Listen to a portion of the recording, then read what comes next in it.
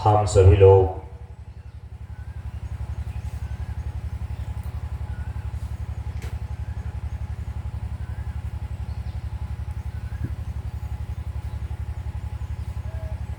मलहरिया ग्राम में आयोजित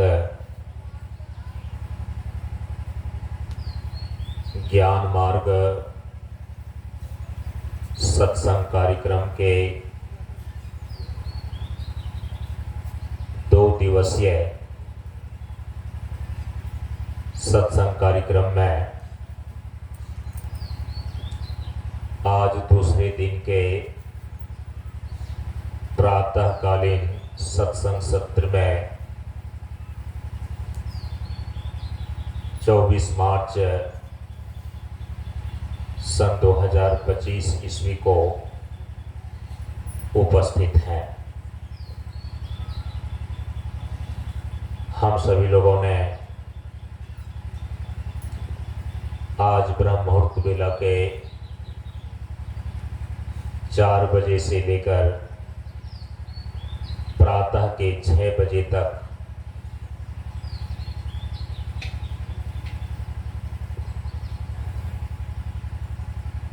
दैनिक प्रातःकालीन नित्य पूजा एवं योग साधना का अभ्यास किया। अब हम सभी लोग सत्संग एवं प्रवचन के कार्यक्रम में पूर्व सूचना और घोषणा के अनुसार उपस्थित हैं।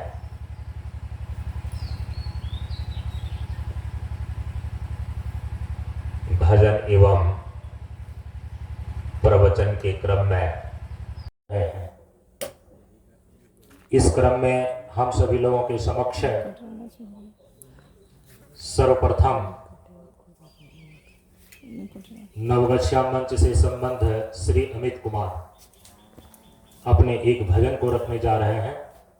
हम सभी लोग भजन का आनंद लें। श्री अमित कुमार।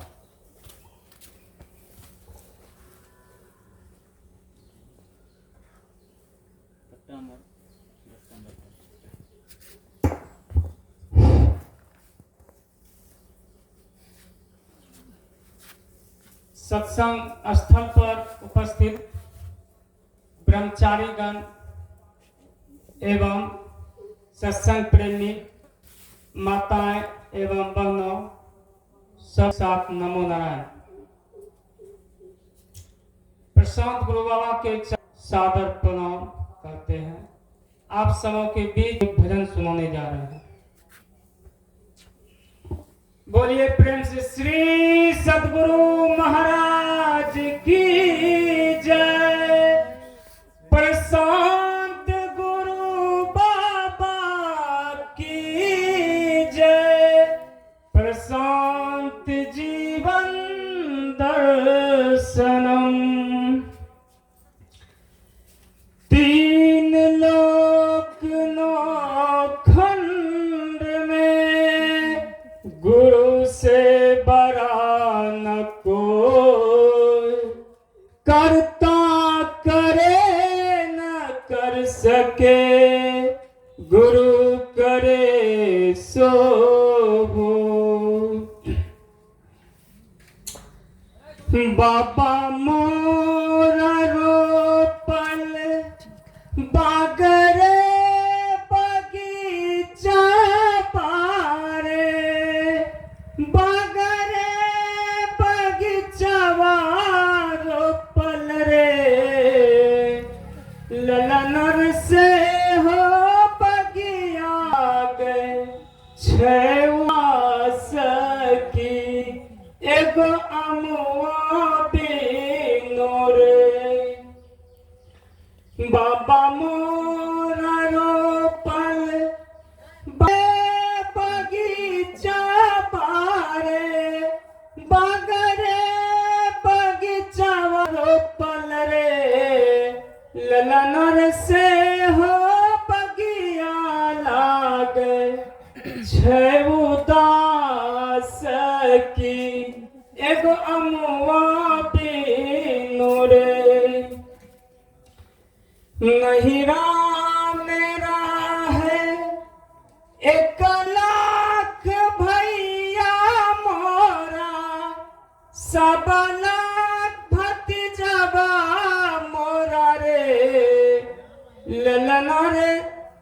ललन रे नहिरा लागे छे उदास की, एगो भैया बीनू रे बाबा मोर रोपल बागरे बगीचा बारे, बागरे बगीचावा रोपल रे, ललन रे से हो बगिया लागे छे उदास की, एगो अमुआ बीनू रे नहिरा मेरा है 1 लाख भैया मोरा, 1.25 लाख भतीजवा मोरा रे, ललन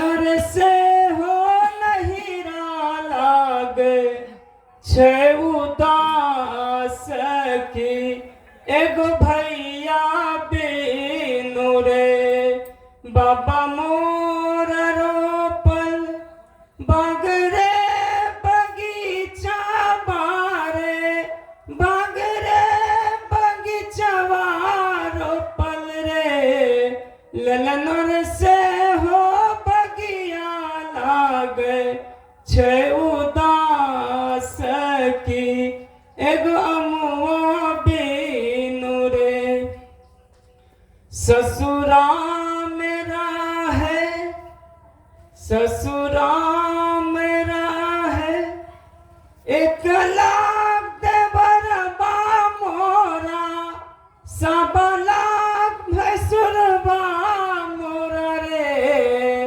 ललन रे से हो ससुरा लागे छे उदास की, एगो पियबा बीनू रे ससुरा मेरा है 1 लाख,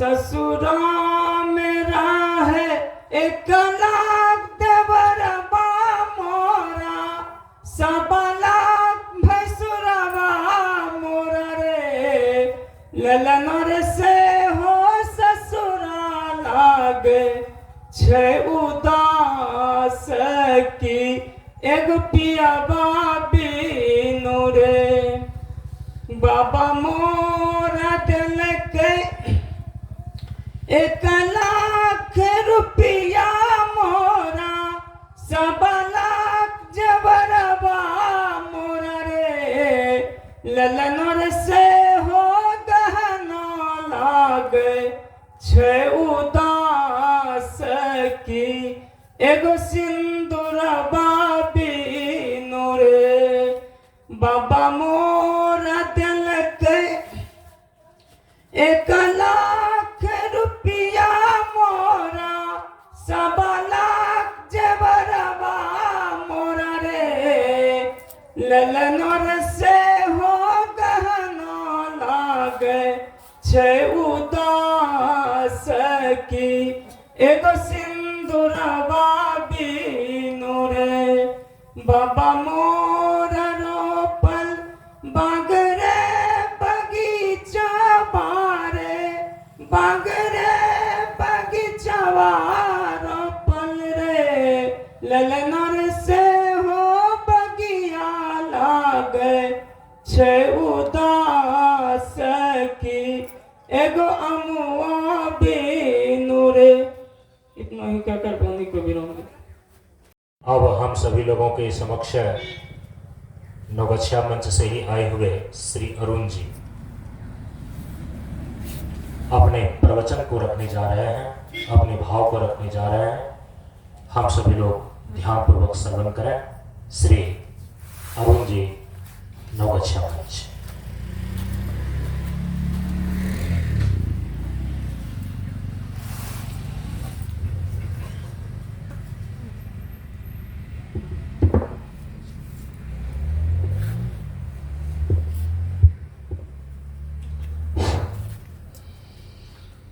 बंदाओ गुरु पद कंड कृपा कृपा सिंधु नर रूप हरि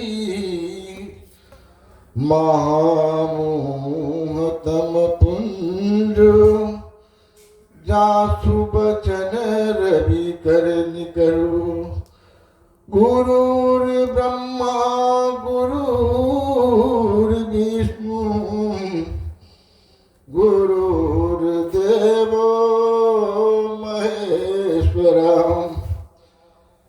गुरु साक्षात् परम ब्रह्म तस्मै श्री गुरुवे नमः। गुरुपद नख मणि की ज्योति हृदय स्पर्श अमृत अनुभूति हृदय स्पर्श अमृत अनुभूति आपन आपन घरन की सबका हो को पीर तुम्हें पीर सब घरन की धन धन रघुबीर धन धन रघुबीर तुम्हें पीर सरु घरन की धन धन गुरुदेव धन धन गुरुदेव। परम पूज्य गुरुदेव के चरणों में अरुण का अनंतानंद प्रणाम। उपस्थित ब्रह्मचारी में समस्त गुरु भाई शक्ति स्वरूपा माताएं एवं बहनों दूर दराज से सुन रहे कृषकगण विद्वतजन बालक बालिकाएं सबको एक साथ नमन रहे। बड़े हर्ष की बात है कि मलड़िया ग्राम में बाबा का यह 2 दिन का सत्संग का कार्यक्रम संयमी जी के सानिध्य में हो रहा है और सत्संग सबके लिए संभव नहीं है। सत्संग में आने वाले को लाभ ही लाभ मिलता है। सुंदरकांड में एक दोहा है तात स्वर्ग अपवर्ग सुख धरहु तुलाय की अंग तुल न ताहि सकल मिली जो सुख लब सत्संग तात स्वर्ग अपवर्ग सुख धरहु तुलाय की अंग तुल न ताहि सकल मिली जो सुख लब सत्संग। तथा स्वर्ग के सभी सुखों को एक पलड़े पर और सत्संग में बैठे तो स्वर्ग के सभी सुखों को एक पलड़े पर रखा जाए और सत्संग में एक घड़ी आधो घड़ी थोड़ा देर के लिए भी यदि कोई बैठता है सत्संग करता है तो उससे जो सुख मिलती है वह भारी होता है। भक्ति का पहला मार्ग नवधा भक्ति के अंतर्गत दिया गया है। प्रथम भक्ति संतन कर संगा दोसर भक्ति मनु कथा प्रसंगा प्रथम भक्ति संतन कर संगा दोसर भक्ति मनु कथा प्रसंगा। भक्ति का पहला कदम जो है संतों के साथ संग है। संत किसको कहते हैं? संतों का कैसा आचरण होना चाहिए, उनका निवास कैसा होना चाहिए, तो उसके बारे में भी रामायण में लिखा है सुंदरकांड में। जब मां सीता का पता लगाने के लिए लंका गए, पता में रात भर जो है मंदिर मंदिर प्रति कर शोधा, हर घर हनुमान जी मैया का पता लगाने के लिए गए, अब कहीं माता का दर्शन नहीं हुआ। ढूंढते ढूंढते ढूंढते ढूंढते जो है जब रात बीतने वाली थी, ब्रह्म मुहूर्त मेला में विभीषण जी के घर के पास पहुंचे। वहां उनके निवास स्थान पर जाते ही उनको लगा कि संतों का निवास स्थान है। रामायुध अंकित गिरि शोभा बरन जाए, नव तुलसी का वृंदता देख कपि हरुषाय। देखिए राम नाम अंकित है उनके निवास स्थान पर, और घर के पास जो है तुलसी का पौधा है। तो संतों का निवास स्थान तो ऐसा ही होता है। जैसे ही मलहरिया गांव प्रवेश किए, कुछ दिन पर लिखा हुआ था प्रशांत जीवन दर्शनम, लगा के हम बाबा के मंच के करीब करीब पास पहुंच चुके हैं सत्संग स्थल पर। तो विभीषण जी के घर के ऊपर भी उनका लिखा हुआ था राम नाम राम नाम। यह देखते ही हनुमान जी अंदर से प्रसन्न हुए। निश्चित रूप से यह संतों का घर है। और तुलसी देख करके, तुलसी का पौधा देख करके और मन हर्षित हो गया। लेकिन गए थे कहां? तो निशाचरों की नगरी में। मन में संशय होने लगे। लंका निशाचर निकर निवासा,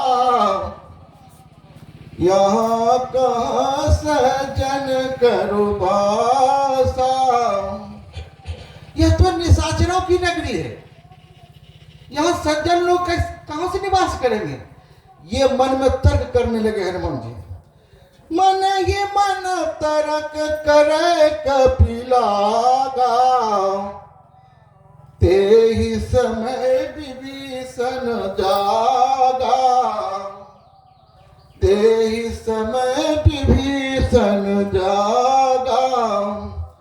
राम नाम ते ही सुमरन की नाम, हृदय रस कपि सजन की नाम।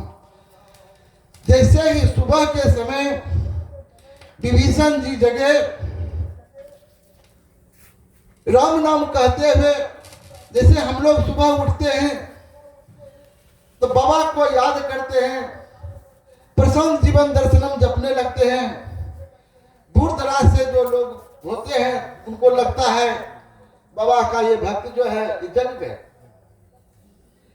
हल्ला करने की कोई बात नहीं, किसी को जगाने की कोई बात नहीं, केवल समझ जाते हैं, सुन लेते हैं कि प्रशांत जीवन दर्शनम का जाप शुरू हो गया, तो अनुभव हो जाता है सुबह का समय होने वाला है।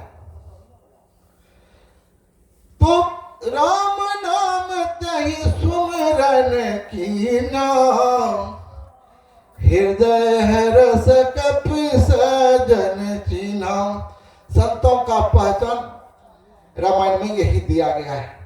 तो संत का चित्त कैसा हो? शांत, सरल, कोमल, करुणामय। बाबा इसके संबंध में उपदेश दिए हैं, शील शक्ति है और शक्ति शील। शील शब्द कई शब्दों के अंत में लगा हुआ है। समय है ना?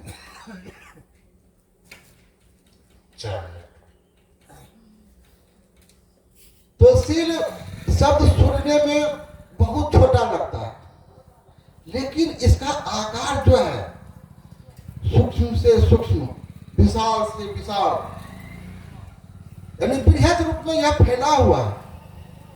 और संतों का चित्त जो होना चाहिए, संतों का चरित्र जो होना चाहिए, वह शीलवान होना चाहिए। शीलवान, धैर्यवान, सहनशीलता गुण उनके अंदर होना चाहिए।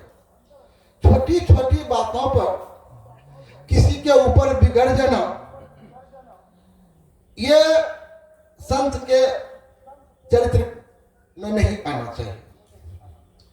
तो वे कैसे होना चाहिए? कर्णों में धैर्यवान होना चाहिए। तो शील शब्द लगा है गतिशील, परिवर्तनशील, चैतन्यशील, कर्मशील, परहनशील, लगनशील। सबके शब्द के अंदर अंत में आकर के उसकी विशेषता को बता रहे। तो हमारे अंदर जो परिवर्तन होना चाहिए कैसा? शीलता का, धीरता का, करुणा का, दयालुता का, क्षमाशीलता। क्षमा की भावना किसके अंदर रहेगा? क्षमाशील है उस जीवन में जिसमें प्रेम पना है। क्षमाशील किसके अंदर आएगा? जो संसार के लोगों से प्रेम करता है, स्नेह करता है। और भगवान राम सातवीं भक्ति में यही किए हैं, नवधा भक्ति के अंतर्गत सातवीं भक्ति। सातम सम मोहि जग देखा, मोत संत अधिक कर लिखा। तो हम लोग संसार में किनको देखें? उनमें हम अपने गुरु का दर्शन। कोई गुरु भाई है, यदि वे कहीं प्रवचन कर रहे हैं, उनका ये दर्शन हो गया, तो हम तो समझते हैं कि हमारे यहाँ गुरु आ गए। उन्हीं के रूप में साक्षात गुरु हमारे यहाँ आए। उस रूप में हम उनका आदर सम्मान करने का प्रयास करें। तो शील शब्द चैतन्यशील, गतिशील, परिवर्तनशील। मूर्ति में भी दिया है जो पत्थर है, पहाड़ पर से जब लुढ़कता है तो अनेक बार वह पत्थर से पत्थर, पत्थर से पत्थर, पत्थर से पत्थर आपस में टकराते टकराते टकराते टकराते कुछ दूर जाने के बाद जो है उसका बाहरी जो उबड़ खाबड़ वाला सतह होता है वह स्वतः झड़ जाता है और चिकना सा गोल गोल हो जाता है। वैसे पत्थर जो है पूजनीय होते हैं, उनको जो है लाकर के उनका पूजा लोग करते हैं। जो पत्थर जो है शिल्पकार जो होते हैं, पत्थर पर जो है हथौड़ा चलाते हैं, छेनी चलाते हैं। उस क्रम में जो पत्थर उस छेनी को सह लेता है, उसके मार को सह लेता है, अपने स्वरूप को बनाए रखता है, वह पत्थर पूजनीय हो जाता है। तो धरती मैया जो हमारी है, यह सबसे सहन अधिक हम लोग को सहनशीलता का शिक्षा देती है। धीरज धीनिस काम है, संतोषम आधारम। बाबा तत्व गुण वंदना होती है। धीरज धर्म, धीरज और धैर्य, ये कभी कभी हम लोगों को विपत्ति के घड़ी यही बलवान बना देता है, धैर्यवान बना जाता है। कहा जाता है धीरज धर्म मित्र यरु नारी, आपत काल पर चारी। तो संत लोग धैर्यवान होते हैं, उनके जीवन में उतार चढ़ाव अधिक होता है। प्रातः काल सुबह के बेला में बता रहे थे हमारे गुरु भाई कि बाबा कभी कभी जो है बहुत जोर से डांट देते थे। इसी के संबंध में एक दिन रणधीर जी से हमें बातचीत हुई, तो वे अपनी बाबा के साथ जो है आप बीती वे बता रहे थे। तो उन्होंने एक बहुत बहुमूल्य बात कही कि बाबा से एक बार हम प्रश्न कर दें कि बाबा जो नवयुवक होते हैं वे जाते हैं, उनसे किसी प्रकार की गलती हो जाती है तो आप उनको जो है धीरे से डांटते हैं, कभी समझा देते हैं, लेकिन जो बुजुर्ग व्यक्ति होते हैं, दाढ़ी पका हुआ पहुंचते हैं, उनसे किसी प्रकार की गलती हो जाती है, आप बहुत जोर से डांट देते हैं। ऐसा क्यों? तो बाबा उनको जो है उत्तर दिए, चला जिस लोहे में कम जंग लगा रहता है, उसको 2-4 हथौड़ा दिया, थोड़ा बहुत सिरे से चलाया, उसका जंग झड़ गया। तो नवयुवक जो होते हैं उसमें कब में अवगुण का जंग चढ़ा है, लेकिन बूढ़े बुजुर्ग जो है वे तो बहुत लंबे समय तक उनके शरीर के ऊपर अनेक जो है अवगुण, उसके ऊपर जो है अनेक जो है तरह परत का जो है जंग चढ़ा हुआ है, तो उसको झाड़ने के लिए तो हथौड़ा कड़ा मारेंगे जी, वही शब्दों का मार जो है वैसा कड़ा लगता है, उसका जंग जो है झड़ जाता है। तो जो बाबा के डांट को सहे, उसमें डटे कि बाबा का एक एक डांट भी हम लोगों के साथ जो है क्या है, प्रेम है, स्नेह है भीतर से, वे डटे। और जो एक बार डटे भाग गए तो फिर भागले रह गए, फिर नहीं आए। तो शील शब्द जो है हम लोगों को धैर्यवान भी बनाता है, और संतों के पास यह गुण जो है, छठ दम शील विरति बहु कर्म, निरत निरंतर सजन धर्म। छठ दम शील विरति बहु कर्म, निरत निरंतर सजन धर्म।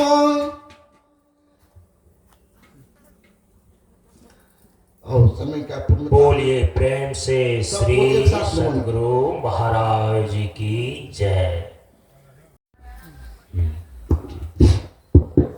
और नीचे कीजिए, माइक को नीचे कीजिए, माइक नीचे कीजिए, स्टैंड नहीं।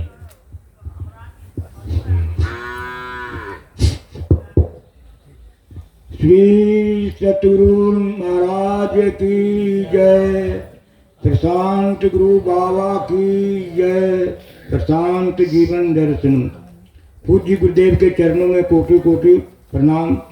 मैं फिर विद्वान श्री कबीर साहब जी के महंत एकदम स्थिर से, कोई आपको मार नहीं रहा है, पीट नहीं रहा है, कहीं भाग नहीं रहे हैं, बिल्कुल स्थिर से बोलिए। हाँ, महंत जी ब्रह्मचारी एवं ब्रह्मचारिणी को सभी को नारायण। ज्ञान मार्ग सत्संग में उपस्थित भाई बहनों एवं माताओं को मेरी तरफ से नमो नारायण। संत मिलन को चालिए तज ममताय अभिमान, जो जो पग आगे बढ़े कोटि यज्ञ समान। यदि 7 दीप 9 खंड में गुरु से बड़ा न कोई, करता वो कर सके गुरु करे सो।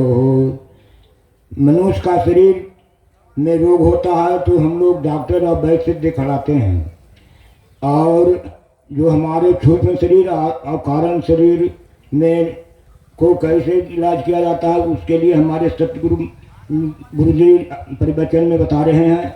इसका इलाज गुरु के ही माध्यम से होगा। मैं एक भजन गाना छोटा सा गा रहा हूँ। एक कहमाते हंसयावल कहमा जाके समागलन हो राम। ये जी कहाँ माते हंसयावलन कहमा जाके समागलन हो कि सखिया है कौन गढ़ कैले मुकाम की माया में लपटा गलन हो राम। ये जी कहाँ माते हंसयावलन कहाँ जाके मागलन हो राम।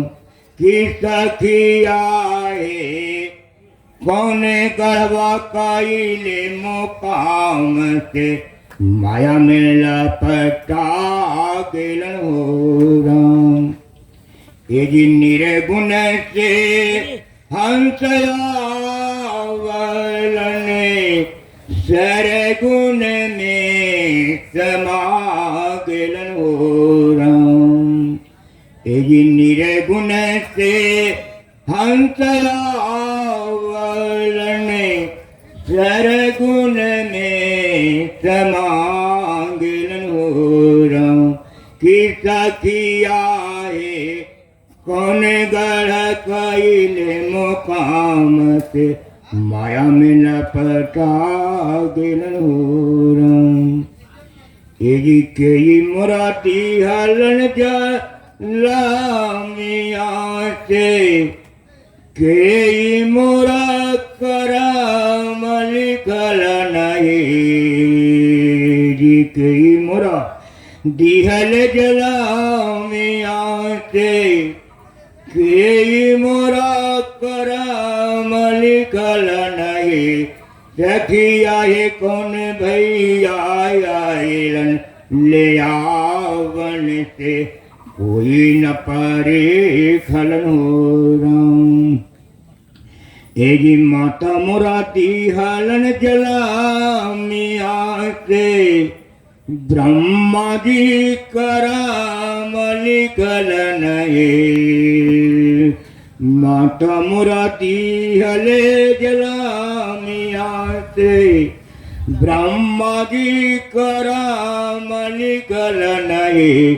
कि सखिया है जम भैया लल्ले आवन से कोई न परे खाए हो राम। ये जी खटिए पकड़ बदन सकल परिवार से जम भैया लल्ले आवन से कोई न परे खाए हो राम। कहत कबीर निर्गुण गावलन गाय के सुनावलन हे। सखिया है जुग जुग जिया रहहि आत अमर फलवा पावहुए।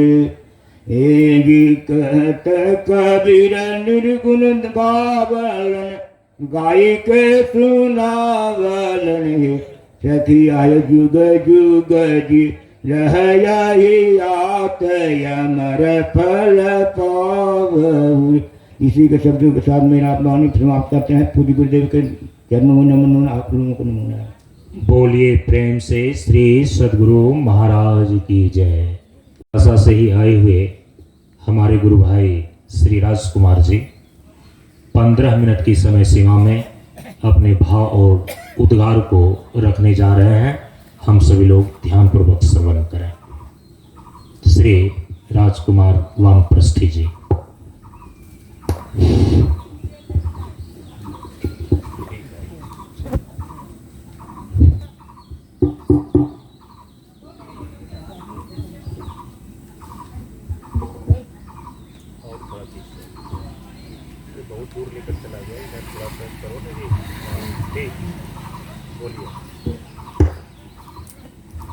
परम पूज बाबा के चरणों ने कोटिन प्रणाम। सत्संग स्थल पर आए हुए सत्संग स्थल पर आए हुए भक्ति रूपी माता धर्मानुरागी बहनों, राष्ट्र का होनहार बच्चों, नौजवान और बुजुर्गों, मंच पर पधारे हुए हमारे वरिष्ठ गुरु भाई, ब्रह्मचारीगण, ब्रह्मचारिणी, मंच अधिकारी बाबा, सबको कोटिन बार नमन करता हूँ।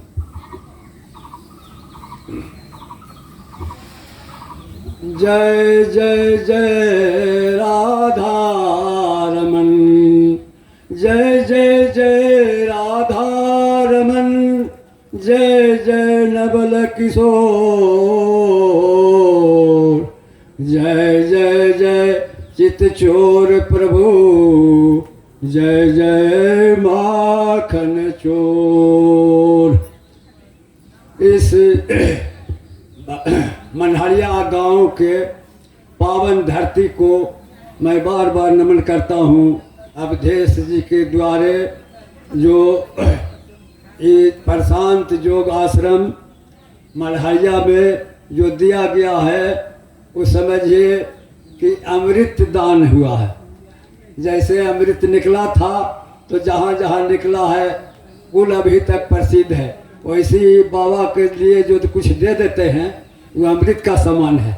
हम लोग को चरण यहाँ आने का, सुनने का, ये बड़ा बड़ा गुरु भाई कुल जो हमारे बलिष्ठ हैं, कहाँ मौका मिलता। धन भाग है इस मलहरिया का। भुला जाइए, नया नया नमाज करेगा सारा हो जाए। इसलिए बहुत अवधेश जी ने कहा थी गाना, हाँ, अवधेश जी का बार बार नमन करता हूँ कि उनका हजार में लाख होते रहे और उस धरती का उनका फल बराबर पराम मिलते रहे, जब तक कि चिन्ह रहेगा, जब तक उनका नाम अमर हो गया। बहुत कम ऐसे होते हैं। इसीलिए चर्च चल रहा था कि बाबा सबसे पहले लकड़हारा वाला कहानी सुनाते थे, तो बाबा संशोधन करते गए हैं हर चीज़ का। हम जो बाबा हमारे मंच पर जो सुनाइन है 1989 में, उसे अपना तरह से हम कहता हूँ जो सुनने हैं जे, और बहुत ज़्यादा संशोधन होते गया है।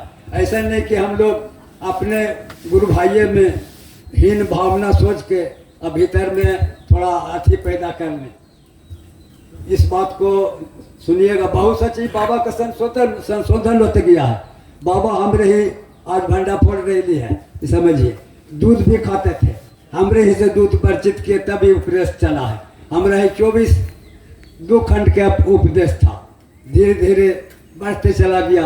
ये तो हम लोग बोलते हैं जे भर न समझते हैं जी। जो कहीं नहीं गया है अपना मंच छोड़ के, तो झमेले करेगा, क्या करेगा? उसको क्या पता है कि क्या हुआ है नहीं हुआ है। अब बाबा तो दिनों दिन कहीं है कि अल्पकाल विद्या सब पाए, जिनका होनहार विद्वान का होत चिकने पात। आने उनकी वृद्धि को कोई अंत नहीं रहा। जितना आगे बढ़ते गए उतनी वो महान होते गए। कोई साधारण बाबा नहीं थे। हम लोग को जिनको उनको दीक्षा ले चुके हैं, वो अगला जन्म का कमाई था जो ये आपको मिला है। पूर्व जन्म का कमाई आपको मिला है पुनः जन्म में, समझिए ना। ये बहुत भाग की बात है। इसलिए उसी वो हम सुना रहे हैं बाबा का कहा हुआ कहानी जो लकड़हारा पर किए थे। ये जो मन रूपी शरीर रूपी राजा, मन रूपी घोड़ा चला शिकार करने के लिए। तो शिकार होता है, घोड़ा पर सवार के राजा लोग करते थे, और नहीं तो नदी के किनारे में शिकार होता था, नहीं तो कहाकोप जंगल में चल जाते थे। तो कहाकोप जंगल में चल गए शिकार करने के लिए राजा। आप विशेष उस बात को नहीं दोहराएंगे। आप विशेष वहाँ जंगल में चले गए शिकार करने के लिए, और जाकर दिन भर शिकार के इंतजार में वो लगे रहे, मगर शिकार नहीं मिला। मगर जो प्रकृति बना दिया है, भूख प्यास या नींद सह लेना सबकी बात नहीं है। जो बाबा लोग गुरु बताइन है, भूख प्यास नींद सह लेना, जाड़ा गर्मी बरसात, यही है शांत आनंद की हालात। जाड़ा गर्मी बरसात, भूख प्यास नींद सह लेना, अपमान निंदा तिरस्कार, यही है शांतानंद के हालात, जाड़ा गर्मी बरसात। 9 गुरु, इसलिए कि जो 9 गुरु को सह लिया उसका क्या रहा दुनिया में, वही महान होता है। इसलिए हम उसका बढ़ते चल जाएंगे तो उनका कोई भी शिकार नहीं मिला, समय बीतता गया। समय तो किसी का बाबा कहीं ने समय को कौन पकड़ सकता है, ये तो चलते रहना है।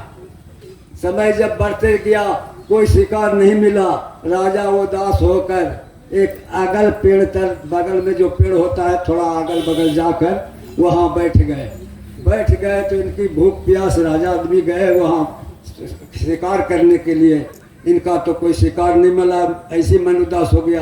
और दूसरा नंबर भूख प्यास भी लग गया, तो बहुत उदास में बैठे हुए थे।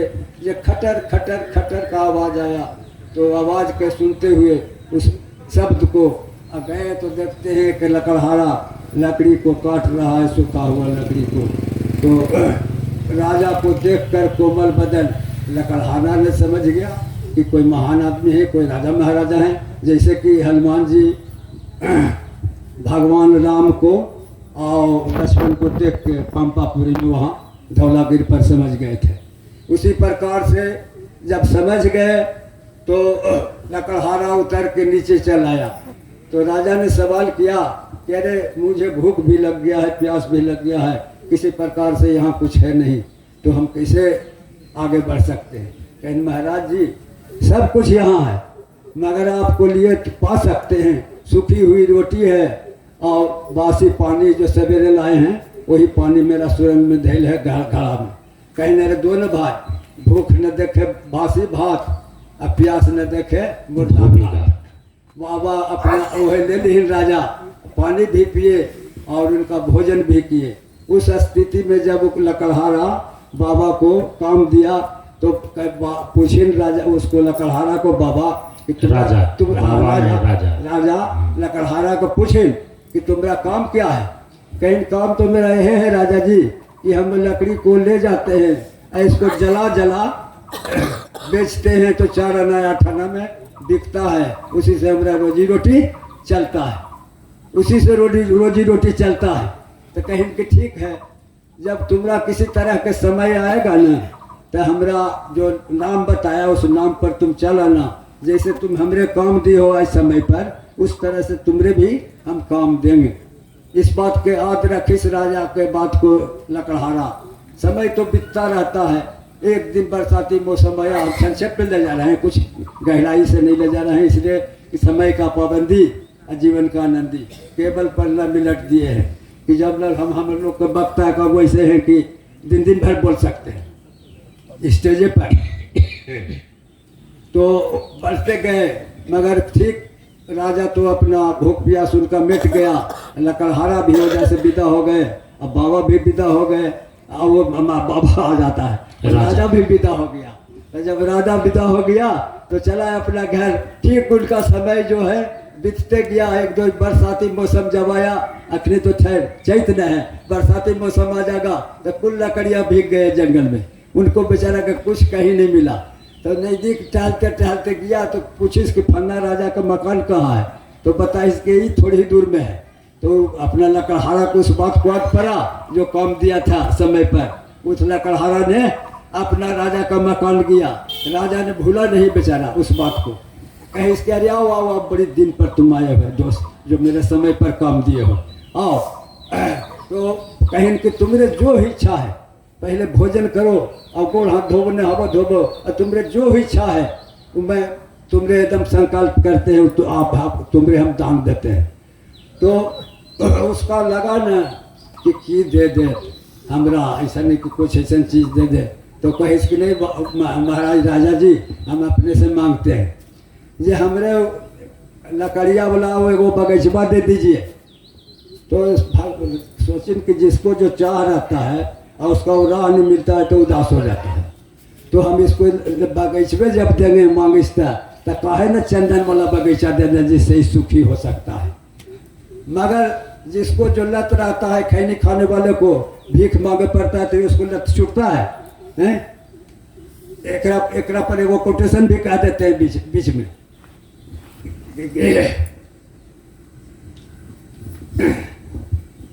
गंदगी पसंद है तो जर्दा खाना सीख लो, अब भीख नहीं मांगे हो तो खैनी खाना सीख लो। आगे की उसका एकदम काम है ही, खैर बढ़ाते ही कोटेशन वगैरह से क्या काम।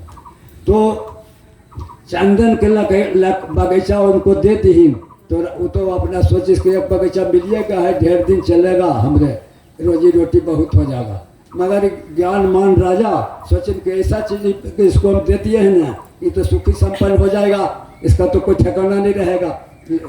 चंदन के जीर सा कीमत है। बस वो क्या किया कि रोज काट काट के सुखा के, और वही जी अपना मुहावरा उसका आदत था, जला जला कोयला कर करके बाजार में बेचता था। 8 आना 1 रुपया में बेच रहा, रोज बेचता था। तब एक दिन सारी बगीचा को बेचते बेचते खत्म कर दिया, कुछ नहीं बचा तो उदास हो गया। मगर जाते जाते जाते कुछ लकड़ी का चंदन का टुकड़ा का वो मिल गया वही लकड़ी का बगीचा में। वही समय राजा भी सोची कि चलते हैं वो लकड़हारा के पास, जब इतना दौलत उसको दे दिए हैं चंदन के बगीचा तो सुखी हुआ है कि नहीं। तो देखते हैं कोनी बीत जो ही चारा कहीं मन माही, हरि प्रताप कुछ दुर्लभ नहीं। दोनों बगीचे में भेंट हो गए तो दंड प्रणाम राजा को किया और दोनों मिलकर वो लकड़ियाँ लेकर बाजार में ढोका। तो भला चंदन के लकड़ी उसका खुशबू बाजार में समझने लगा। तो एक दुकानदार ने बुलाया कि सुनो सुनो सुनो सुनो, अरे इस लकड़िया को बेचेगा तो जो 4 आना 8 आना में बेचता था, इसको हम 1000 रुपया देंगे। पैसे के हमारा बुड़बक बनाता है, जो लकड़ी के हम 2 बोझा के 8 आना 4 आना में बेचते थे, आज हमरे 1000 कहाँ से देगा। फिर आगे बढ़ा तो दूसरा दुकानदार बुलाया, इस लकड़ी को हम 2000 देते हैं, लकड़ी को बेचेगा। तो फिर बढ़ गया कि कुल हमरे बुड़बक्के बनाने वाला मिल गया है। तीसरा दुकानदार भी गया तो वो भी धमक सुन के बुलाई कि तुम लकड़ी के बेचेगा, हम 5000 देंगे। तो 5000 सुन के राजा भी उसको साथ था और वो भी दोनों मूर्छित होकर भूमि पर गिर गया इसलिए कि खाली हम चंदन को जला जला के राख कर दिया, हमने कुछ नहीं मिला। जो 5 आने के इसी इतना चंदन के लकड़ी बेकार खो दिया। जैसे आज लोग कर रहे हैं कि चंदन के शरीर बना हुआ है, इसको खैनी खा के, बीड़ी पी के, गुटखा पी के, ताड़ी पी के, दारू पी के, मछली खा के, मुर्गा खा के श्मशान बना दी से, जीवन को बना दी से भट्ठा, बीड़ी पीता है, धुआं बिकता है, और शरीरिया को श्मशान बना दी से और कहता है भूत धरी से। अरे भूत तो तुम्हारे ही पास है, जो कुल खाते हो भूते होगा क्या होगा हैं? गलत सलत जो प्रयोग करते हो तो उसे भूखे न पैदा लेगा। तो भूत पैदा तो तुम्हारे पेट में है और तुम भगत बनिया ला के दुनिया भर के लुटा देते हो तो उसे क्या होगा। इसीलिए इस शब्दों को हम आज समाप्त करते एक भजन दे रहे हैं, इसलिए भजन दे रहे हैं कि भजन भी जरूरी चीज़ है। हमारा भजन में ज़्यादा अनुराग आता है, बाबा हमारे महाराज जी खुद जानते हैं। तो हमारे बाबा, बड़का बाबा जो हम लोग के बाबा थे, वो जो गुरु भाई हम लोग हैं, तो वह बोलते थे कि बच्चा अवतार तो 24 हुआ, इसमें सबसे बड़ा राजा कृष्ण हुआ। चारों चीज उनको में था, राजा में उतना बड़ा राजा नहीं, जोगी में उतना बड़ा जोगी नहीं, तपसी में उतना बड़ा तपसी नहीं, देवता में उतना बड़ा देवा नहीं। चारों चौथ आजकल लड़का देखा जाता है तो कहा चारों चौथ मिला है, अरे कोई चीज न कोई चीज कमी रहबे करे, और उनका में चारों चौथ था। उसी भजन कर रहे हैं कृष्ण भगवान के, भगवान शंकर जी मिलने गए हैं बड़ी भाव से। तो त्रेता में गए थे रामावतारी में, तो काकभूषण के लेके गए थे। अब है जो भगवान कृष्ण जो रास किए ब्रज में वृंदावन में, तो 7 रात के एक ही रात बनाए थे, उस रास का नाम था महारास। उसी पर हम ये भजन ले जा रहे हैं थोड़ा दूर। जहाँ तक कुछ अगर भूल चूक भी होगा जाएगा, भरम मत रखिएगा। हर आदमी के हर तरह की कला है, कलाकारों के ऊपर निर्भर है। यही भजन के कोई से गाता है, कोई से गाता है, कोई से गाता है। ए भोले बाबा भंडारी बन के ब्रज के नारी वृंदावन आ रहे हैं। पार्वती जी मना के हारे, न माने त्रिपुरारी वृंदावन आ रहे हैं, वृंदावन आ रहे हैं।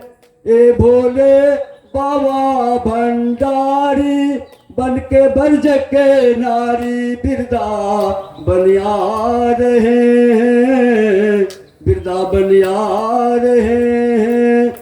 पार्वती जी मना के हारे, न माने त्रिपुरारी वृंदावन आ रहे हैं, वृंदावन आ रहे हैं। पहन के साड़ी बांध के जूरा, चाल चले मत वाली वृंदावन आ रहे हैं, वृंदावन आ रहे हैं। पार्वती जी मना के हारे, न माने त्रिपुरारी वृंदावन आ रहे हैं। पार्वती जी सुनो, आज तू मानो मेरी बात को। पार्वती जी सुनो, आज तू मानो मेरी बात को। ऐसा सजा दो मुझे, पता नहीं चले ब्रजराज को। आँख में सुरमा, ओठ पे लाली, चाल चले मतवाली वृंदावन आ रहे हैं, वृंदावन आ रहे हैं। ए भोले बाबा भंडारी, बन के बरज के नारी वृंदावन आ रहे हैं, वृंदावन आ रहे हैं। पार्वती जी समझा रहे हैं कि भोलेनाथ कहाँ जाइएगा, उसमें तो अलाव है, वो तो केवल स्त्री के लिए है, पुरुष को जाने का अलाव नहीं है। 7 रोज का जो है महारास, उसमें केवल स्त्री जा सकती है, पुरुष कोई नहीं जा सकता। मगर इनका जो उद्वेग चढ़ा, उनका से दर्शन करने के लिए भगवान जुगेश्वर कृष्ण से, इनका तो मानने कितनों मना रहे नहीं मान रहे। अपना कह रहे हैं कि ऐसा सजा दो मुझे कि हमरा पता नहीं चले उनको ब्रजराज के। पूछेगा ब्रज के नारी, तू तो बताना मेरे सहेली है। ए भोले बाबा भंडारी, बन के ब्रज के नारी वृंदावन आ रहे हैं, वृंदावन आ रहे हैं। एक बात यहाँ और समझ लीजिए, जो स्त्री कहीं से चलती है तो उसको बायां पैर आगे बढ़ती है, अगर पुरुष चलते चलेंगे तो उसको दाहिना पैर। ये प्रकृति का नियम है, हम आप नहीं कह रहे हैं। अगर स्थायी जगह से कहीं चल कर देखिए, आपका दाहिना पैर पहले उठेगा और स्त्री को बायां पैर उठता है। इसलिए प्रकृति को नियम को कोई टाल नहीं सकता है। इसलिए हमारे गुरुदेव सारी शक्ति प्रकृति से, चांद सूरज तारे सबसे लेकर चले, भूमि आकाश पांचों तत्व से। उस पर भी हम लोग भजन बना है, मौका ना कहा उस मंच से। वो अपना ही रूप में गए। पार्वती जी मना के हारे, ना माने ब्रजरा, ना माने त्रिपुरारी वृंदावन आ रहे हैं, वृंदावन आ रहे हैं। अब यहाँ कुछ धुन बदलता है। सुनो जी भोले बाबा, आज क्यों पधारो मेरी रास में। सुनो जी भोले नाथ, आज क्यों पधारो मेरी रास में। पहन के साड़ी बांध के जूरा, चाल तेरी मत वाली तू मेरी रास में, तू मेरी रास में।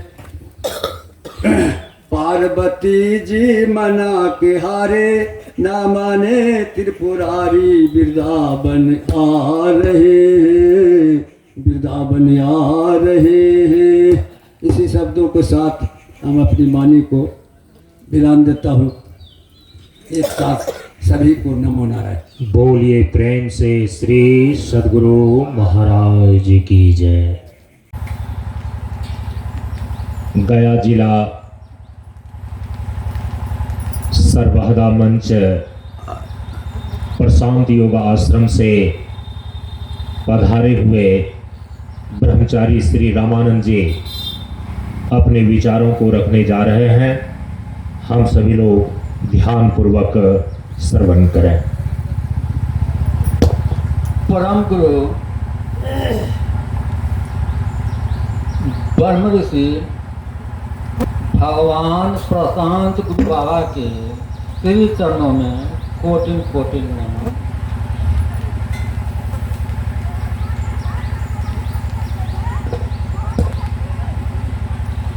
ज्ञान मार्ग सत्संग के सानिध्य में उपस्थित सभी देवतुल्य सत्संग प्रेमियों नमस्कार। इसको बोलो आवाज बढ़ाने के लिए। प्रवचन बिंदु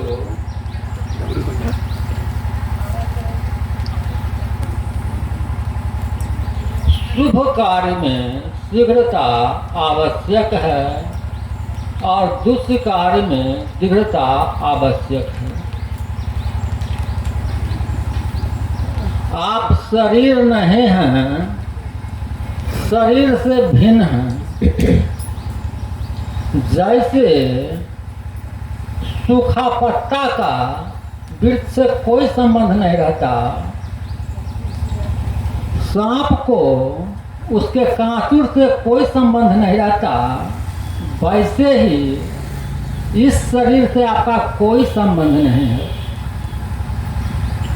शरीर जड़ है, आप चेतन हैं। शरीर नाशवान है और आप अविनाशी हैं।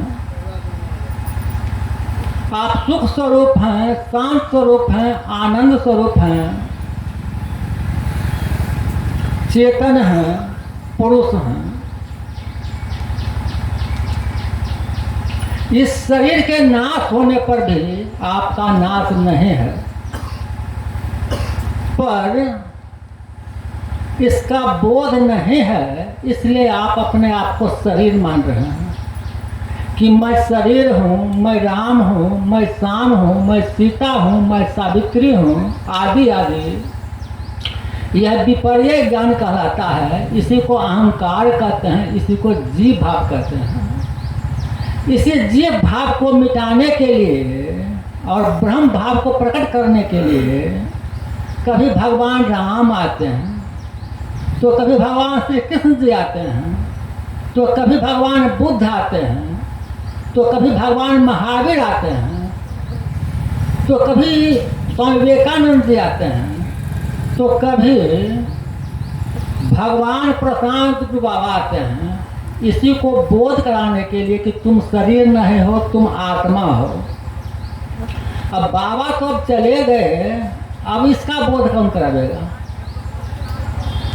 क्या यह अब कोई व्यक्ति आत्मा का बोध नहीं कर पाएगा? बाबा तो चले गए।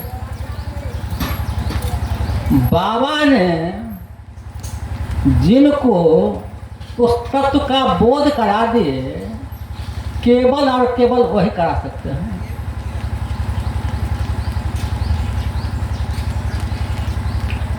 इसलिए गुरु पद की प्राप्ति गुरु के द्वारा होना चाहिए।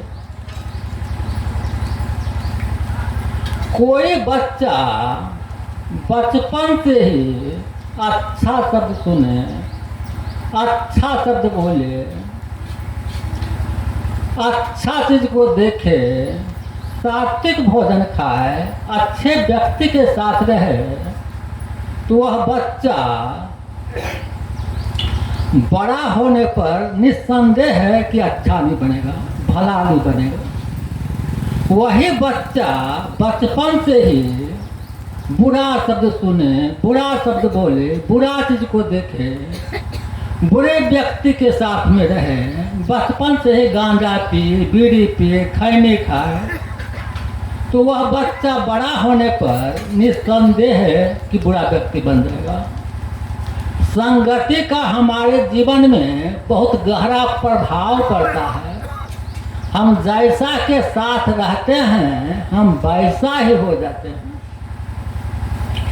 किसी व्यक्ति के पैर में कांटा गड़ जाता है तो दूसरा कांटा का सहारा लेता है और उस कांटा से दूसरे कांटा को निकाल करके दोनों को फेंक देता है, क्योंकि दोनों तो कांटा ही है। ठीक उसी प्रकार हम अशुभ कर्मों पर विजय शुभ कर्मों के द्वारा करते हैं, फिर हमें शुभ कर्म पर भी विजय प्राप्त करना पड़ता है। क्यों? किसी पंछी को आप लोहा के पिंजरा में बंद कर दें तो उसके लिए वह बंधन होगा, और सोना का पिंजरा में बंद कर दें तो वह भी उसके लिए बंधन ही होगा। ठीक उसी प्रकार जैसे अशुभ कर्म बंधन है, वैसे शुभ कर्म भी बंधन ही है। क्यों? अशुभ कर्म का फल अशुभ होता है, दुख होता है, और शुभ कर्म का फल शुभ होता है, सुख होता है। अशुभ कर्म हमें निम्न जोनियों से बांधती है और शुभ कर्म हमें उच्च जोनियों से बांधती है। यदि आप अच्छे कर्म करते हैं तो आप देवता बन जाते हैं, अमीर घर में जन्म लेते हैं, और बुरे कर्म करते हैं तो पशु बन जाते हैं, पंछी बन जाते हैं, कीट बन जाते हैं, फतिंग बन जाते हैं, गरीब घर में जन्म लेते हैं। पर आवागमन का चक्र तो चल ही रहा है। जैसे कोई गरीब व्यक्ति जन्म लेता है तो जन्म लेने समय दुख होता है, बड़ा होता है कोई रोग पकड़ता है तो दुख होता है, बुढ़ापा में दुख होता है, शरीर त्यागने समय दुख होता है। वही बात तो एक अमीर को भी है। अमीर के यहाँ बच्चा जन्म लेता है तो जन्म लेने में दुख होता है, कोई रोग पकड़ता है तो दुख होता है, बुढ़ापा में दुख होता है, शरीर त्यागने समय दुख होता है। तो दुख तो दोनों को बराबर ही है। जन्मत मरण दुसह दुख होई। तो इस आवागमन को के चक्र को पार करने के लिए साधक को अपने स्वरूप का बोध करना पड़ता है, आत्मज्ञान को प्राप्त करना पड़ता है। कोई व्यक्ति कठिन साधना करके अपने ब्रह्म भाव को प्रकट कर लिए तो उनका आवागमन कट जाता है। उन्हें न शुभ कर्म बांधता है न अशुभ कर्म बांधता है। क्यों नहीं बांधता है? क्योंकि वो प्रकृति के पार चले गए। प्रकृति पार प्रभु सब बाते, ब्रह्म निरह विरज अविनाशी। यहाँ मोह का कारण नहीं, रवि सन्मुख तम कब हो कि जाहे। सुहम अस्मि इति बिरति अखंडा, टिप सिखा तो परम पर चंडा। आत्म अनुभव सुख सुप्रकाशा, तब भव मूल भेद भर्म नासा। तो जो व्यक्ति कठिन साधना करके अपने ब्रह्म भाव को प्रकट कर लिए, आत्मनिष्ठ हो गए, तो उन्हें न शुभ कर्म बांधेगा न अशुभ कर्म बांधेगा। क्योंकि वो प्रकृति के पार चले गए, आवागमन का चक्र उनका खत्म हो गया, मिट गया।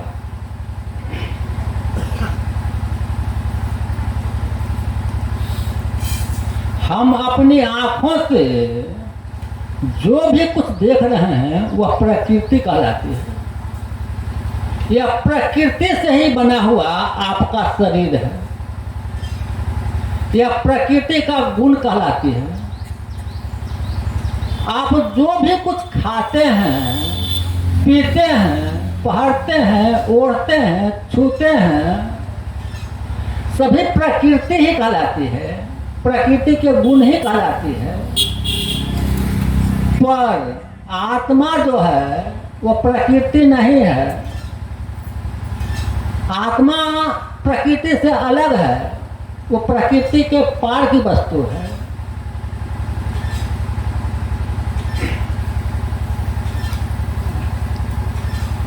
तो जो कोई व्यक्ति अपने ब्रह्म भाव को प्रकट कर लिए, ब्रह्मनिष्ठ हो गए, तो वो प्रकृति के अलग देखते हैं और अपने को अलग देखते हैं। आत्मा को आकारता देखते हैं और प्रकृति को परिवर्तनशील देखते हैं, क्रियाशील देखते हैं। प्रकृति अलग है और आत्मा अलग है। तो उन्हें हर हमेशा बोध रहता है कि मैं प्रकृति नहीं हूँ, मैं चेतन हूँ, मैं आत्मा हूँ।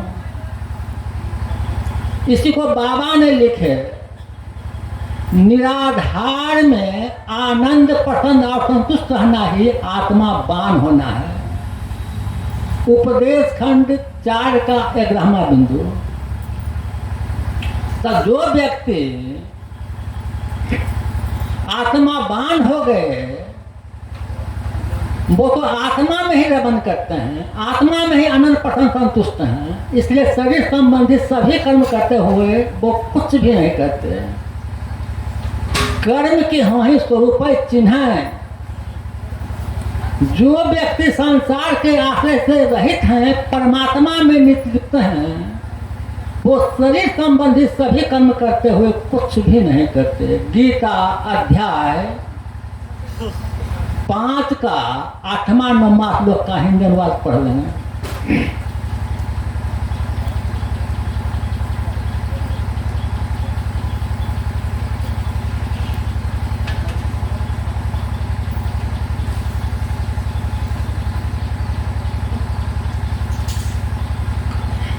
कमल का जड़ कीचड़ में रहता है और पत्ता जल में रहता है, पर कीचड़ और जल में रहते हुए भी वह उससे अलग है। ठीक उसी प्रकार आत्मज्ञानी महापुरुष संसार में रहते हुए भी संसार से अलग हैं। वो शरीर संबंधी सभी कर्म करते हुए भी कुछ भी नहीं करते, पर लोक दृष्टि में तो करते ही हैं। किस लिए वो करते हैं? सो केवल भक्तन हित लागे। उन्होंने अपने को तथा अपने लीला का जो प्रकट करते हैं, इसका प्रयोजन केवल इतना ही रहता है कि मेरे भक्त का चित्त वृत्ति मेरे में ही लगा रहे और मेरे सहारे परम कल्याण को प्राप्त कर ले, आवागमन के महादुखों से छूट जाए। जैसे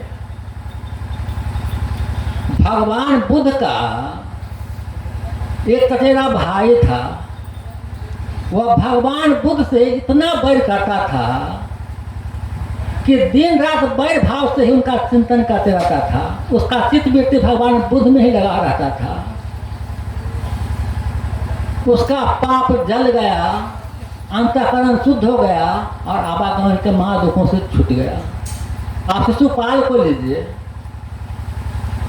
बैर भाव से ही सही शिशुपाल का चित्त वृत्ति भगवान कृष्ण में लगा हुआ था। भगवान के हाथ से मारा गया, उसका जीवात्मा भगवान में ही समा गया।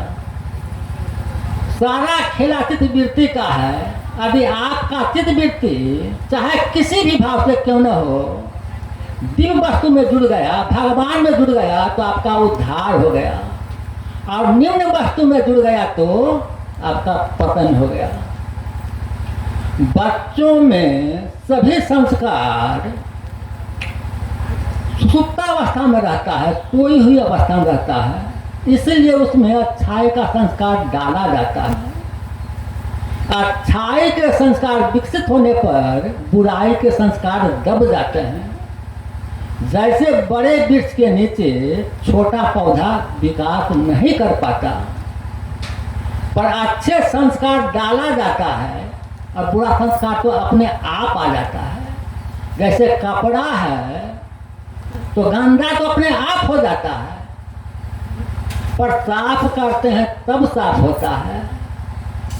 इसलिए अच्छाई का संस्कार डाला जाता है। अच्छाई के संस्कार विकसित होने पर बुराई के संस्कार दब जाते हैं। इसलिए शुभ कार्य में शीघ्रता आवश्यक है और दुष्ट कार्य में शीघ्रता आवश्यक है। इन्हीं शब्दों के साथ मैं अपनी वाणी को विराम देता हूँ। परम पूज्य बाबा के चरणों में कोटि कोटि नमन। आप सबों के साथ नमन।